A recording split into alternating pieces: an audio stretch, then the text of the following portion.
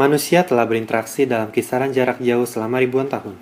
Sebagaimana contohnya adalah jalur sutra darat yang menghubungkan Asia, Afrika, dan Eropa.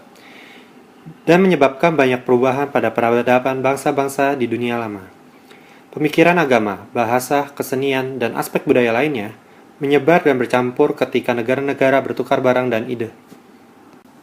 Perpindahan manusia, barang, dan ide secara global meluas pada abad-abad selanjutnya. Pada abad ke-15 dan 16, bangsa Eropa membuat rintisan terpenting dalam penjelajahan samudra. Salah satunya adalah pelayaran transatlantik ke dunia baru, yang disebut Amerika. Pada awal abad ke-19, perkembangan bentuk transportasi baru seperti kapal uap dan rel kereta api disertai dengan telekomunikasi yang menyusutkan ruang dan waktu memungkinkan terjadinya interaksi global dengan sangat cepat. Pada abad ke-20, kendaraan darat, angkutan intermodal, dan maskapai penerbangan membuat transportasi semakin cepat. Penemuan telekomunikasi elektronik seperti telepon genggam dan internet membuat miliaran orang bisa saling terhubung dengan berbagai cara pada tahun 2010. Istilah globalisasi diambil dari kata globalize yang mengacu pada kemunculan jaringan sistem sosial dan ekonomi berskala internasional. Istilah ini pertama kali digunakan sebagai kata benda dalam sebuah tulisan berjudul Towards New Education. Kata globalisasi di sini menunjukkan pandangan pengalaman manusia secara menyeluruh di bidang pendidikan. Istilah serupa, Giant Corporates, dicetuskan oleh Charles T. Russell pada tahun 1897 untuk menyebut perusahaan-perusahaan besar nasional pada waktu itu. Pada tahun 1960-an, kedua istilah tadi mulai dijadikan sinonim oleh para ekonom dan ilmuwan sosial lainnya. Ekonom Theodore Levitt diakui secara luas sebagai pencipta istilah kata globalisasi melalui artikel yang berjudul Globalization of Markets. Artikel ini terbit di Harvard Business Review pada edisi Mei sampai Juni tahun 1983. Namun kata globalisasi sendiri sebelumnya sudah banyak digunakan setidaknya sejak tahun 1944 dan dipakai oleh beberapa pengamat sejak tahun 1981. Levitt bisa dianggap sebagai orang yang mempopulerkan kata ini dan memperkenalkannya kepada kalangan pebisnis utama pada paruh akhir tahun 1980-an. Sejak dirumuskan, konsep globalisasi telah menginspirasi sejumlah definisi dan interpretasi mulai dari cakupan perdagangan dan imperium besar di Asia dan Samudra Hindia pada abad ke-15 sampai seterusnya. Masuknya budaya barat di Indonesia yang menyebabkan norma masyarakat yang sebelumnya menjadi pedoman sekarang perlahan-lahan mulai menghilang dan bahkan mulai memudar. Seperti yang kita tahu, kebiasaan memberikan salam dan mencium tangan orang tua sudah tergantikan oleh budaya barat. Padahal perilaku tersebut tidak sesuai dengan kebiasaan budaya timur yang lebih mengedepankan etika dalam bermasyarakat. Selanjutnya adalah bagaimana perilaku seseorang dalam meniru sesuatu. Yang pertama adalah bagaimana cara seseorang meniru pakaian yang dikenakan, di mana budaya orang timur itu sendiri lebih memperhatikan kesopanan dan berpakaian, sedangkan budaya orang barat lebih mementingkan kebebasan. Yang kedua adalah pengaruh dari sang idola, yang dapat mempengaruhi seseorang untuk mengikuti cara berpakaian, bahkan sampai cara berperilaku dari tokoh idola yang mereka idolakan. Yang terakhir adalah banyaknya film barat yang sepatutnya kurang patut ditonton karena terdapat banyak adegan ataupun unsur-unsur kekerasan di dalam film itu. Lalu, bagaimana dengan dampak dari kemajuan iptek yang ada? Yang pertama adalah kemajuan iptek yang dimana memudahkan kita untuk mencari sumber informasi dengan adanya internet yang bisa diakses kapan dan dimanapun kita berada. Dengan begitu, kita dapat mengetahui dan menambah wawasan kita mengenai dunia ini. Inilah keuntungan yang kita dapat dalam era globalisasi dalam bidang iptek itu sendiri.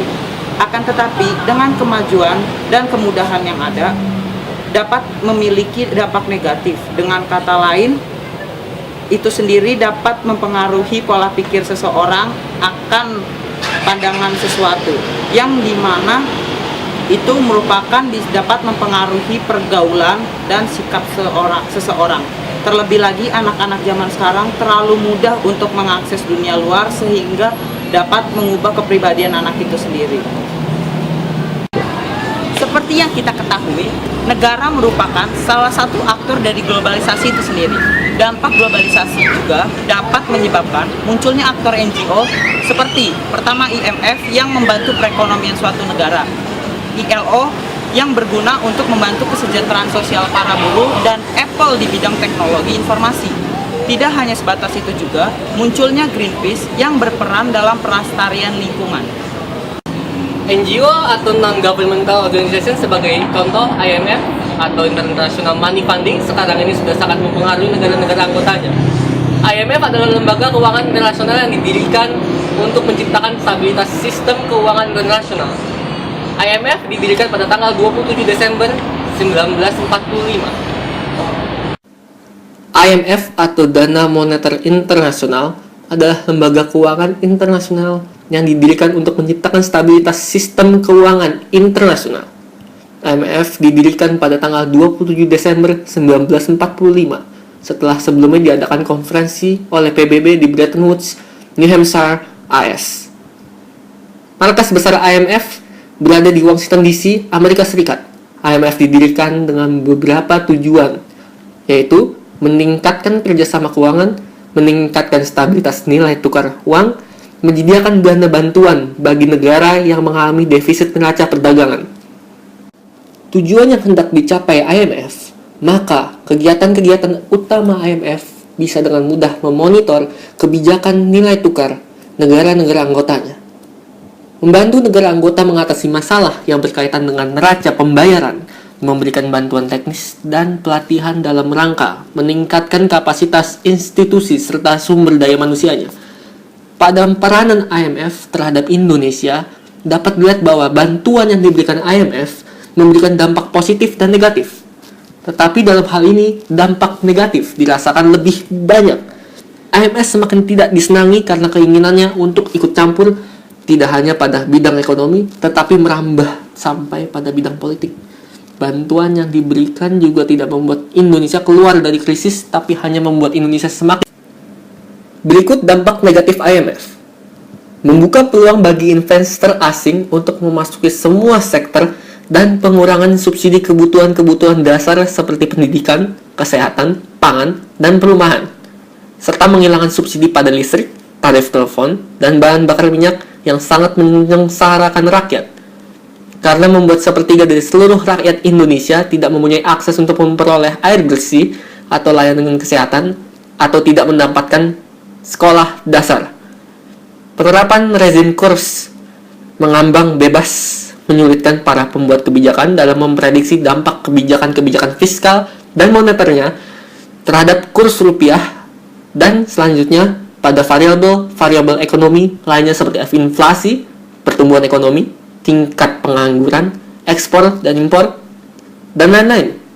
Penerapan kebijakan moneter ketat yang mematikan sektor real karena kesulitnya tersedia dana investasi dengan suku bunga rendah yang berdampak lanjut meningkatkan jumlah pengangguran. Kebijakan penerapan fiskal ketat dan liberalisasi perdagangan dan sistem finansial yang termanifestasikan dengan kebijakan-kebijakan seperti pencabutan subsidi, penggenjotan pajak, privatisasi, dan penjualan aset perusahaan domestik secara murah membuat pihak asing semakin menentukan formulasi kebijakan ekonomi dan sosial Indonesia dengan penguasaan devisa akan berada di tangan mereka dengan intensitas yang lebih besar.